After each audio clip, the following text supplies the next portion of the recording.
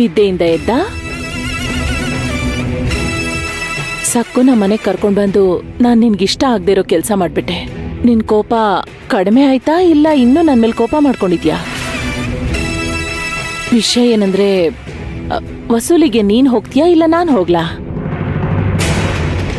ನಾನಿಷ್ಟೇ ದುಃಖದಲ್ಲಿದ್ರು ಬೇಸರದಲ್ಲಿದ್ರು ನಾನ್ ಕೆಲ್ಸ ಮಾಡ್ಲೇಬೇಕಲ್ಲ, ವ್ಯಾಪಾರ ನೋಡ್ಕೋಬೇಕಲ್ವಾ? ಆದ್ರೂ ನಾನ್ ಹೇಳಿದ್ರೆ ನೀನ್ ಕೇಳ್ತೀಯಾ? ಆ ಧರ್ಮ ತಗೊಂಡಿರೋ ಸಾಲಕ್ಕೆ ಬಡ್ಡಿ ಜಾಸ್ತಿ ಆಗ್ತಿದೆ. ನಾವ್ ಅವನ್ಗೆ ಸರಿಯಾಗಿ ಪಾಠ ಕಲ್ಸಿದ್ರೆ ಉಳ್ದವ್ರೆಲ್ರೂ ಹೆದರ್ಕೊಂಡು ದಾರಿಗೆ ಬರ್ತಾರೆ. ನಾನೇ ಹೋಗ್ತೀನಿ. ನೀನ್ ಹೀಗೆ ಕೂತ್ಕೊಂಡು ಯೋಚನೆ ಮಾಡು. ನಿನ್ನ ಮೇಲೆ ನಿನ್ಗೆ ಕೋಪ ಬಂದಿರೋ ಹಾಗಿದೆ. ನಿನ್ನಿಷ್ಟ. ಅಮ್ಮ ನಿಂತ್ಕೋ. ಯಾಕೆ ಹೀಗೆ ಮಾತಾಡ್ತಿದ್ಯಾ? ನಾನು ಜವಾಬ್ದಾರಿಗಳನ್ನ ಮರೆಯಲ್ಲ. ಒಂದ್ ವೇಳೆ ನನ್ನ ಮನಸ್ಸು ಚೆನ್ನಾಗಿಲ್ಲ ಅಂದ್ರೆ ಆ ಪ್ರಭಾವ ಖಂಡಿತ ವ್ಯಾಪಾರದ ಮೇಲೆ ಬೀಳೋದಕ್ಕೆ ನಾನು ಬಿಡಲ್ಲ. ನನಗೆ ಸ್ಫೂರ್ತಿ ನೀನೇ ಅಲ್ವೇನಮ್ಮ. ವಸೂಲಿ ವಿಷಯನ ನಾನು ನೋಡ್ಕೋತೀನಿ.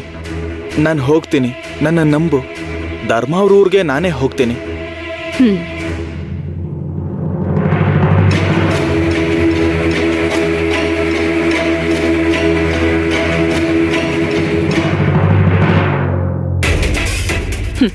ನನಗ್ ಬೇಕಾದ್ದು ಇದೆ ಕಣೋ. ನೀನು ಧರ್ಮ ಊರಿಗೆ ಹೋದ್ರೆ ನಾನು ತುಂಬಾ ಸುಲಭವಾಗಿ ಸಕ್ಕುನ ಬಾಬಾ ಅವರ ಆಶ್ರಮಕ್ಕೆ ಕಳಿಸ್ತೀನಿ. ನೀನೇನ್ ಅನ್ಕೊಂಡಿದ್ಯಾ? ಸಕ್ಕು ಮೇಲ್ ಪ್ರೀತಿ ಹುಟ್ಟಿ ಅವಳನ್ನ ಮನೆಗೆ ಕರ್ಕೊಂಡ್ ಬಂದೆ ಅಂತನಾ?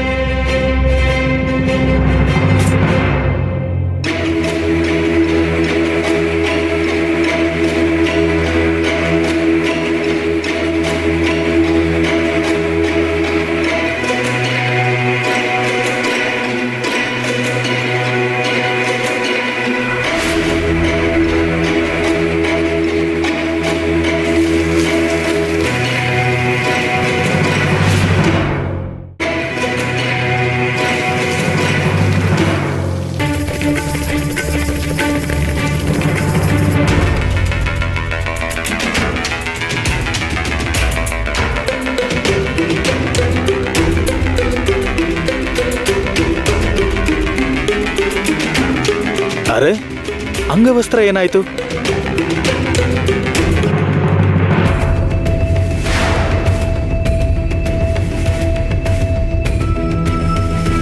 ಸಕು, ಆ ಅಂಗವಸ್ತ್ರ ಕೊಡು. ಸಕು, ಆ ಅಂಗವಸ್ತ್ರನ ಕೊಡಿಲ್ಲಿ.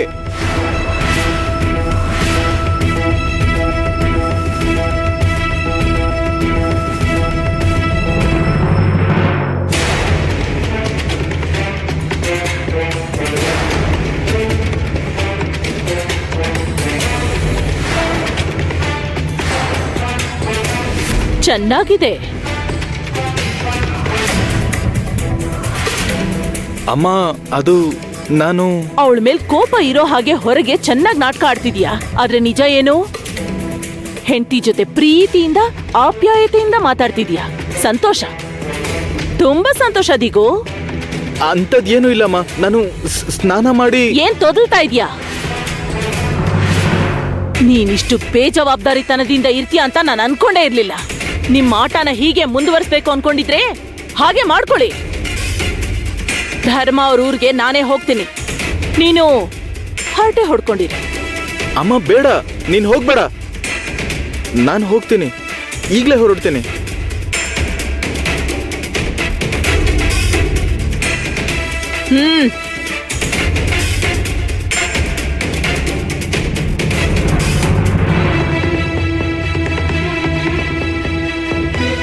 ಏನ್ ಮಾಡ್ತಿದ್ಯೆ?